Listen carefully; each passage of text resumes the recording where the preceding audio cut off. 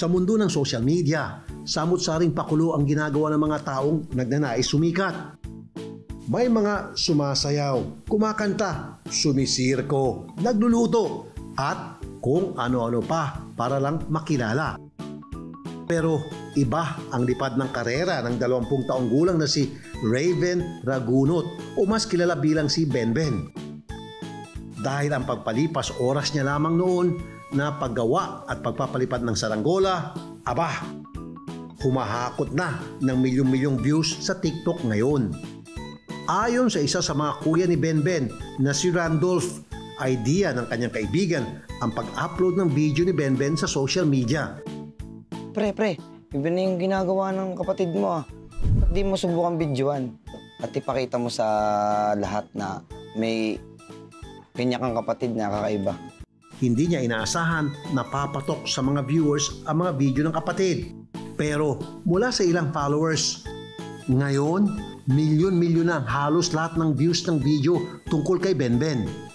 Sinubukan ko nung Father's Day, binidyohan ko, umakot siya agad siya ng maraming viewers na 1.5 million. Kaya tinuloy ko na.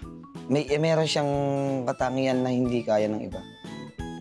Sa unang video na in-upload ni Randolph, ipinapakita niya ang bangkang saranggola na gawa ni Benben. Dito niya rin ibinahagi na mayroon palang espesyal ng kondisyon ang kapatid. Oh guys, tignan niyo yung kapatid ko. Ano siya? 18, bali speed siya, special child. Pero tignan niyo yung utak niya. Tignan niyo naman yung saranggolang mga ginagawa niya. Ang iba, kahit ako natuto akong gumawa ng saranggola na diagila, pero hindi ko kinaya to. Abangan nyo guys, mamaya lilipad to. Nung bata raw sila, hindi niya raw maintindihan ang kondisyon ni Benben. May mga bagay raw siyang hindi kayang gawin na dapat ay kaya nang gawin ng mga batang kaedad niya. Kaya laking gulat niya na kayang gumawa ni Benben ng mga komplikadong disenyo ng saranggola. Napansin ko po kay Benben, yung kapag tinuturuan ko siya na mag-close open, hindi siya sumusunod. Nakatitig lang siya nung siya isang taong gulang na. Malaki na po yan nung magsalita, mga 7 years old. Sabi naman ni Angelo, isa rin sa mga kuya, iba raw talaga ang paraan ng pagkatuto ng kanilang kapatid. Yung 3 taon siya, yun po, yung nanonood sa tatay ko, na nagagawa ng bahay namin, gagawin niya, kuhanin niya yung martilyo. Tapos ang gagawin niya, kuharin ng pako, ipubukbok niya sa poste namin. Ayon sa ina ni Benben na si Andrea Ragunot, minsan na niyang nadala sa doktor ang anak dahil sa kakulangan ng pera. Hindi na niya ito tuluyang naipagamot. Alam ko po dyan, medyo may nagsabi sa akin yan na mahalang pa-check up sa ganyan. Ay hindi ko na po na-pa-check up dahil sa kakulangan po sa pinansyal. Sinubukan ko po dalhin sa ospital dyan sa atin sa public. Ang sabi daw, yung intellectual, doon po daw may diferensya si Benben. Talagang gusto kong ipa-check up, kaya lang talagang inuuna ko po yung aming kakainin. Ayon naman sa ama niyang si Recto, sinubukan nilang mag-ipon para maipadoktor ang anak.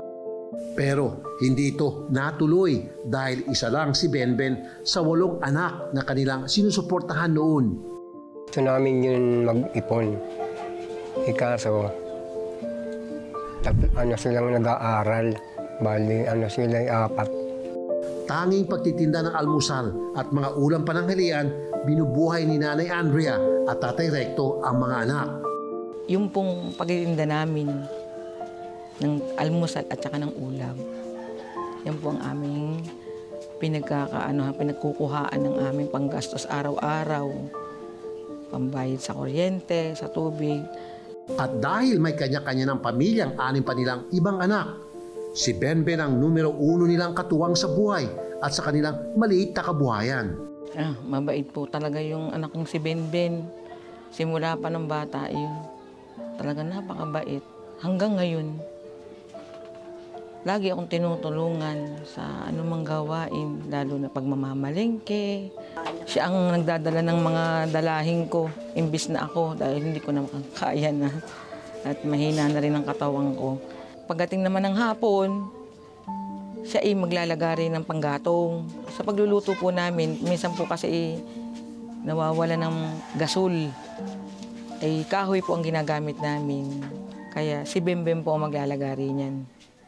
Kaya naman, ang mga kuya ni Benben, bilib na bilib sa kanya.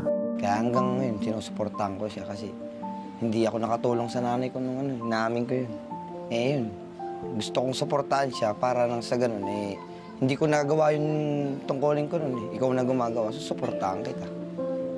Sinubukan naman daw nilang pag-aralin si Benben, pero hindi rin ito naging matagumpay. Sa SPED po ay nakapasok po si Benben siguro po mga ilang araw ay umayaw na ho.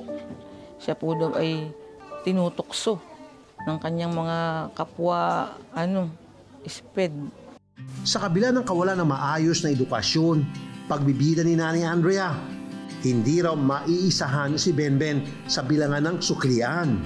Marunong naman siya magbilang. Bibili nga sa kanya ng saranggolay kung magkanong isusukli, kaya naman niya. Gaya ng karamihan sa atin na nakadiskubre ng bagong pagkakabalahan o talento. Noong nagsimula ang pandemya lang daw, natutong gumawa ng mga kakaibang saranggola si Benben. Nagsimula yan, YouTube, nanonood siya.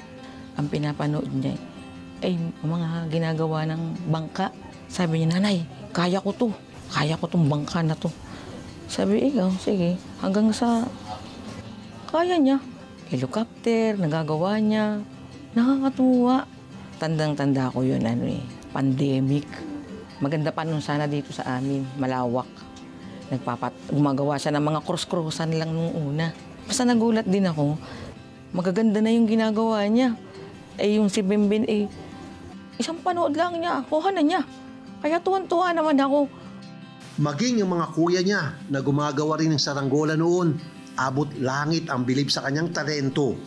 Pero yung ginagawa ko lang naman po, napakasimple lang po, ordinaryo lang po yung saranggola, lagi mo makikita. Pero yung siya na po yung gumagawa ng saranggola kasi sabi ko, Ben, kakaiba yung ginagawa mo sa ginagawa ko. Ayan na. Napalipad na ni Benben ng helicopter niya. Hihi! Oo, ha? Ayun niya kasi yung sa mamalarga. Hatak. Yan. Larga.